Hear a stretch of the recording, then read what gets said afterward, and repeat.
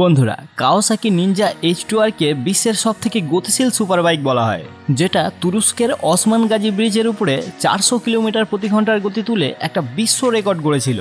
সেখান থেকেই সবাই এটাকে বিশ্বের সবথেকে গতিশীল সুপার বাইকের নাম দিয়েছে। যেখানে অন্য সুপার বাইকগুলো 300 থেকে 320 কিলোমিটারের বেশি গতি তুলতে পারে না, সেখানে এই সুপার বাইকটি 400 কিলোমিটার প্রতি ঘন্টার গতি তুলে একটা বিশ্ব রেকর্ড গড়েছে। কিন্তু এখন প্রশ্ন হলো, এই বাইকের এত গতি এলো কোথা থেকে? এই বাইকে এক্সট্রা কি আছে যার জন্য অন্য সুপার বাইকগুলোর থেকে এই বাইকের গতি এত বেশি? তো বন্ধুরা, আজকে আমরা এই ভিডিওতে পৃথিবীর সবথেকে গতিশীল বাইক নিনজা H2R এর ব্যাপারে একটু ভালোভাবে জানবো। দেখব এই বাইকের মধ্যে আসলে কি টেকনোলজি ব্যবহার করা হয়েছে যার জন্য এর গতি এত বেশি। তাই বন্ধুরা, ভিডিওটি খুবই ইনফরমেটিভ হতে চলেছে, তাই ভিডিওটি সম্পূর্ণ অবশ্যই দেখুন।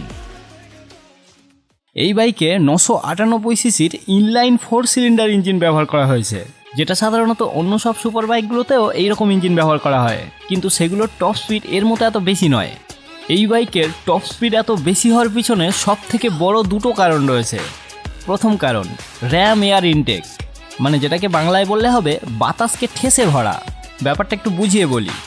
আপনি তো এটা জেনে থাকবেন যে ইঞ্জিনের ভিতরে একটা সিলিন্ডার থাকে, মানে একটা ফাঁপা জায়গা থাকে, যার ভিতরে বাইরের বাতাস এবং পেট্রোলকে ঢুকিয়ে জ্বালানো হয় এবং তার থেকে ইঞ্জিন শক্তি পায়।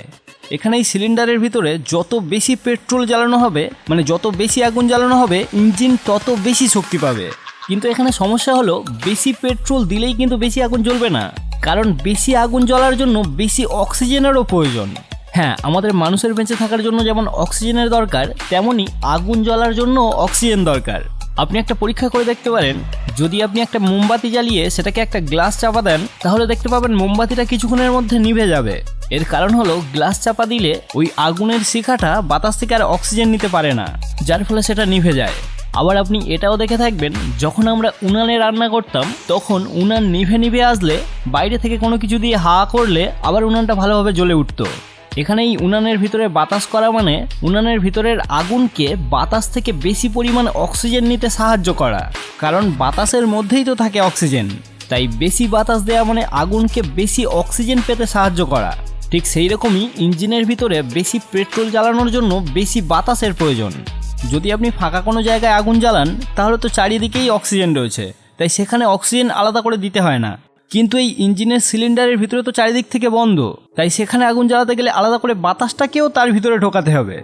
ইঞ্জিনের ওই সিলিন্ডারের মধ্যে যখন পিস্টনটা উপর থেকে নিচের দিকে যায়, তখন তার মধ্যে একটা ভ্যাকুয়াম সৃষ্টি হয়, মানে একটা বাতাসের শূন্যতা সৃষ্টি হয়। আর সেই শূন্যতাটা পূরণ করার জন্য বাইরের বাতাস ইনটেক ভ্যালভ দিয়ে প্রবল গতিতে সিলিন্ডারের ভিতরে প্রবেশ করে, তারপরে সেটার সঙ্গে পেট্রোল মিশিয়ে আগুন জ্বালানো হয়। এইভাবেই যে কোনো ইঞ্জিনের ভিতরে বাতাস প্রবেশ করানো হয় এবং তার থেকে আগুন জ্বালানো হয়।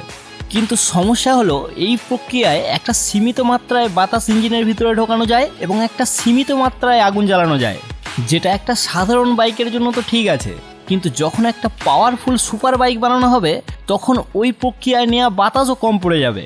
তখন বেশি আগুন জ্বালানোর জন্য ওই ছোট্ট সিলিন্ডারের মধ্যেই বেশি পরিমাণ বাতাসকে ঠেলে ঢোকাতে হবে। এখন অনেকে হয়তো ভাবতে পারেন যে ওই ছোট্ট জায়গার মধ্যে বেশি বাতাসকে ঠেলে ঢোকানোর কি দরকার, জায়গাটাকে বাড়িয়ে দিলেই তো বেশি বাতাস ঢুকে যেত।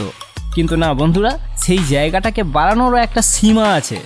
আসলে ওখানে বাতাস এবং পেট্রোলকে ঢুকিয়ে একটা বিস্ফোরণ ঘটানো হয়।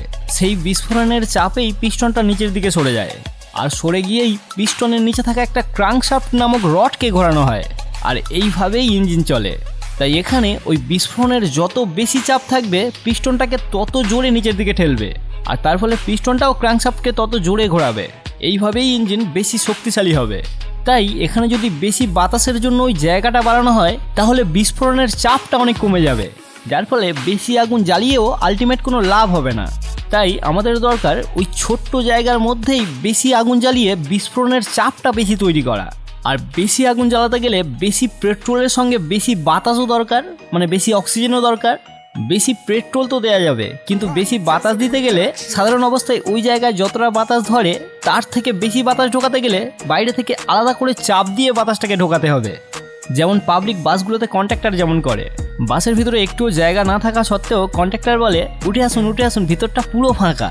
এইভাবে তার বেশি লাভের জন্য বাসের ভিতরে যতটা সম্ভব মানুষকে ঠেসে ঢোকায়।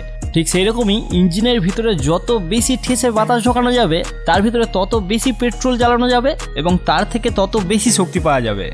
আর এই ইঞ্জিনের ভিতরে বাতাসকে ঠেসে ঢোকানোর জন্য ইঞ্জিনিয়াররা কি বুদ্ধি লাগিয়েছে একটু দেখুন। তারা কি করেছে, বাইকের মুখে একটা ফুটো করে দিয়েছে এবং তার সঙ্গে একটা পাইপ লাগিয়ে ইঞ্জিনে যেখান দিয়ে বাতাস প্রবেশ করে সেখানে লাগিয়ে দিয়েছে। এর ফলে কি হবে, বাইক যত জোরে চলবে বাইরের বাতাস তত জোরেই বাইকের মুখে ধাক্কা মারবে এবং সেই গতিতে আসা বাতাস ওই ফুটো দিয়ে ঢুকে পাইপ দিয়ে এসে সিলিন্ডারের ভিতরে চাপ দিয়ে প্রবেশ করবে। মানে এমনিতে তো যতটা বাতাস যাওয়ার দরকার সেটা যাচ্ছে, তার সঙ্গে সামনে থেকে সজোরে আসা বাতাস চাপ দিয়ে সিলিন্ডারের ভিতরে প্রবেশ করছে। এই প্রক্রিয়ায় সাধারণ প্রক্রিয়ার তুলনায় অনেক বেশি বাতাসকে চাপ দিয়ে সিলিন্ডারের ভিতরে ঢোকানো যায় এবং তাতে বেশি পেট্রোল জ্বালিয়ে বেশি শক্তি উৎপাদন করা যায়। আর এটাকেই বলা হয় র্যাম এয়ার ইনটেক সিস্টেম। এই নিনজা H2R বাইকটির সামনে দেখবেন এইরকম দুটো ফুটো আছে, যেগুলোর সঙ্গে দুটো পাইপ লাগিয়ে ইঞ্জিনে যেখান দিয়ে বাতাস প্রবেশ করে সেখানে লাগিয়ে দেওয়া হয়েছে। মানে আসলে এই বাইকের দুটো র্যাম এয়ার ইনটেক সিস্টেম লাগানো হয়েছে। এই H2R বাইকটির টপ স্পিড এত বেশি হওয়ার পিছনে শুধু এই র্যাম এয়ার ইনটেক সিস্টেমটাই প্রধান কারণ নয়, এই র্যাম এয়ার ইনটেক সিস্টেমটা অন্য সব সুপার বাইকগুলোতেও থাকে। এই র্যাম এয়ার ইনটেক সিস্টেমটা বাইকের পাওয়ার অনেকটা বাড়ায়, কিন্তু এটাই H2R এর এত গতি হওয়ার পিছনে প্রধান কারণ নয়। এই H2R বাইকটির টপ স্পিড এত বেশি হওয়ার পিছনে প্রধান কারণ হলো এতে সুপার চার্জ ইঞ্জিন ব্যবহার করা হয়েছে। এটাই বিশ্বের 1 নম্বর প্রোডাকশন বাইক যেটাতে সুপার চার্জ ইঞ্জিন ব্যবহার করা হয়েছে।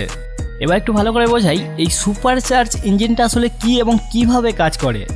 এটারও র্যাম এয়ার ইনটেক সিস্টেমের মতো একই কাজ, যেটা হলো বাতাসকে ইঞ্জিনের ভিতরে যতটা সম্ভব চেপে ঢোকানো, কিন্তু এটা একটু অন্য পদ্ধতিতে করা হয়।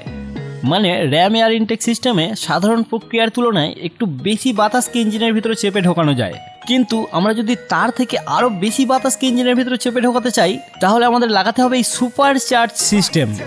আমরা জানি পিস্টন চললে পিস্টনের নিচে থাকা ক্রাঙ্কশাফট নামক রডটা ঘোরে, সেখান থেকেই সেই ঘূর্ণন শক্তিটা ক্লাচ এবং গিয়ারবক্সের মাধ্যমে নিয়ে যাওয়া হয় চাকাতে। এই সুপার চার্জ ইঞ্জিন মানে আর কিছুই নয়, ওই ক্রাঙ্কশাফটের সঙ্গে একটা বেল্ট দিয়ে একটা পাখা ঘোরানো হয়, যে পাখাটা ঘুরিয়ে বাইরের বাতাসকে টেনে আরও বেশি চাপ দিয়ে সিলিন্ডারের ভিতরে ঢোকানো হয়। মানে এখানেও ইঞ্জিন যত জোরে ঘুরবে ওই পাখাটাও তত জোরে ঘুরবে এবং পাখাটা যত জোরে ঘুরবে তত বেশি বাতাস চেপে ইঞ্জিনের সিলিন্ডারের ভিতরে ঢোকাবে। আর যত বেশি বাতাস ইঞ্জিনের ভিতরে ঢোকানো যাবে তার মধ্যে তত বেশি পেট্রোল জ্বালানো যাবে এবং যত বেশি পেট্রোল জ্বালানো যাবে তত বেশি ইঞ্জিন শক্তি পাবে।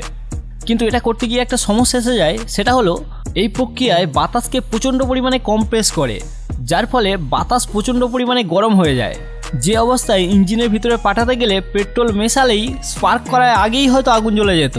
তাই সেই গরম বাতাসকে সিলিন্ডারের ভিতরে পাঠানোর আগে একটু ঠান্ডা করে নেওয়া হয়।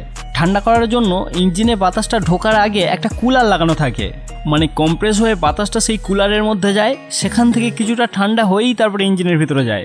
এইভাবেই কাজ করে এই সুপার চার্জ ইঞ্জিন। এই সুপার চার্জ ইঞ্জিনটা আসলে সুপার কারগুলোতে ব্যবহার করা হয়, কিন্তু কাওয়াসাকি প্রথমবার এটা বাইকে ব্যবহার করেছে। তাই প্রধানত এই কারণেই H2R এর টপ স্পিড অন্য সুপার বাইকগুলোর থেকে এত বেশি। মানে ভেবে দেখুন, অন্য সুপার বাইকগুলোর মতো এই বাইকে র্যাম এয়ার ইনটেক সিস্টেম রয়েছে, তার সঙ্গে আবার এই সুপার চার্জ ইঞ্জিন লাগিয়ে দিয়েছে। মানে কতটা পরিমাণে বাতাসকে ইঞ্জিনের ভিতরে চেপে ঢোকাতে পারে একবার ভেবে দেখুন। এই H2R বাইকটি কিন্তু রোড লিগাল নয়, মানে আপনি চাইলে এটা কিনে সরাসরি রাস্তায় চালাতে পারবেন না, এটা শুধুমাত্র রেস ট্র্যাকেই চালাতে পারবেন। কিন্তু এর একটা ছোট ভার্সন আছে যেটা রোড লিগাল, মানে যেটা নিয়ে আপনি যে কোনো রাস্তায় চালাতে পারবেন, আর যেটার নাম হলো H2। মানে H2Rটা রোড লিগাল নয়, কিন্তু H2টা রোড লিগাল। এই H2তেও H2R এর মতো র্যাম এয়ার ইনটেক সিস্টেম এবং সুপার চার্জ ইঞ্জিন ব্যবহার করা হয়েছে, কিন্তু এর টপ স্পিড 300 কিলোমিটার প্রতি ঘন্টা। তাই অনেকের মনে এখন প্রশ্ন আসতে পারে, যদি H2তেও H2R এর মতো same RAM air intact system এবং সুপার চার্জ ইঞ্জিন ব্যবহার করা হয় তাহলে H2 টপ স্পিড এত কম কেন? এর কারণ হলো H2তে সুপার চার্জের পাওয়ারটা অনেক কমিয়ে দেওয়া হয়েছে। মানে H2R এ ওই পাখাটা যতটা পরিমাণ বাতাসকে ইঞ্জিনের ভিতরে ঠেলে ঢোকায়, H2তে তার থেকে অনেক কম। এখানে এই দুটো বাইকের ছবি দেখুন পাশাপাশি, এবং দুটো বাইকের এক্সস্ট দুটো খেয়াল করুন। এই দুটো এক্সস্টই কোম্পানি থেকে দেওয়া স্টক এক্সস্ট। H2তে বাইকের শব্দ কমানোর জন্য অনেকটা বড় এবং মোটা এক্সস্ট দেওয়া হয়েছে, কিন্তু H2R এ ফ্রি ফলো এক্সস্ট দেওয়া হয়েছে। এর মানেটা বোঝাই, যত গতিতে যত পরিমাণে ইঞ্জিনের ভিতরে বাতাসকে ঢোকানো হবে তত গতিতে তত পরিমাণে ইঞ্জিন থেকে বাতাসটাকে বাইরেও বার করতে হবে, কারণ বাতাস তো আর পেট্রোলের সাথে পুড়ে যাবে না, বাতাসের শুধু অক্সিজেনটা ব্যবহার করবে পেট্রোলটাকে জ্বালানোর জন্য।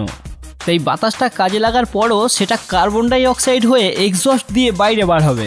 তাই যত স্পিডে যত পরিমাণে ইঞ্জিনের ভিতরে বাতাসকে ঢোকানো হবে, তত স্পিডে ততটা পরিমাণে ইঞ্জিন থেকে বাতাসটা বার হওয়ারও রাস্তা দিতে হবে। তাই আপনি যদি এখানে H2 এক্সস্টকে খেয়াল করেন, তাহলে এখানে বড় এবং মোটা এক্সস্ট তো দিয়েছে, কিন্তু শব্দ কমানোর জন্য এক্সস্টের ভিতরে বাতাসের প্রবাহ পথকে কিছুটা আটকে দেওয়া হয়েছে। তাই এখানে সুপারচার্জ ইঞ্জিনকে ব্যবহার করলেও তার সর্বোচ্চ পরিমাণ ক্ষমতাকে ব্যবহার করা যাবে না, কারণ এই এক্সস্ট দিয়ে তত স্পিডে ততটা পরিমাণে বাতাস বাইরে আসতে পারবে না। তাই বাধ্য হয়ে তার ক্ষমতা কমিয়ে দিতে হবে। কিন্তু H2 সেটা করা হয়নি। H2 একদম ফ্রি ফলো এক্সস্ট দেওয়া হয়েছে, যার ফলে যত স্পিডে যতটা পরিমাণে ইঞ্জিনের ভিতরে বাতাস ঢুকবে, তত স্পিডে ততটা পরিমাণে ওই এক্সস্ট দিয়ে বাতাস বাইরেও যেতে পারবে।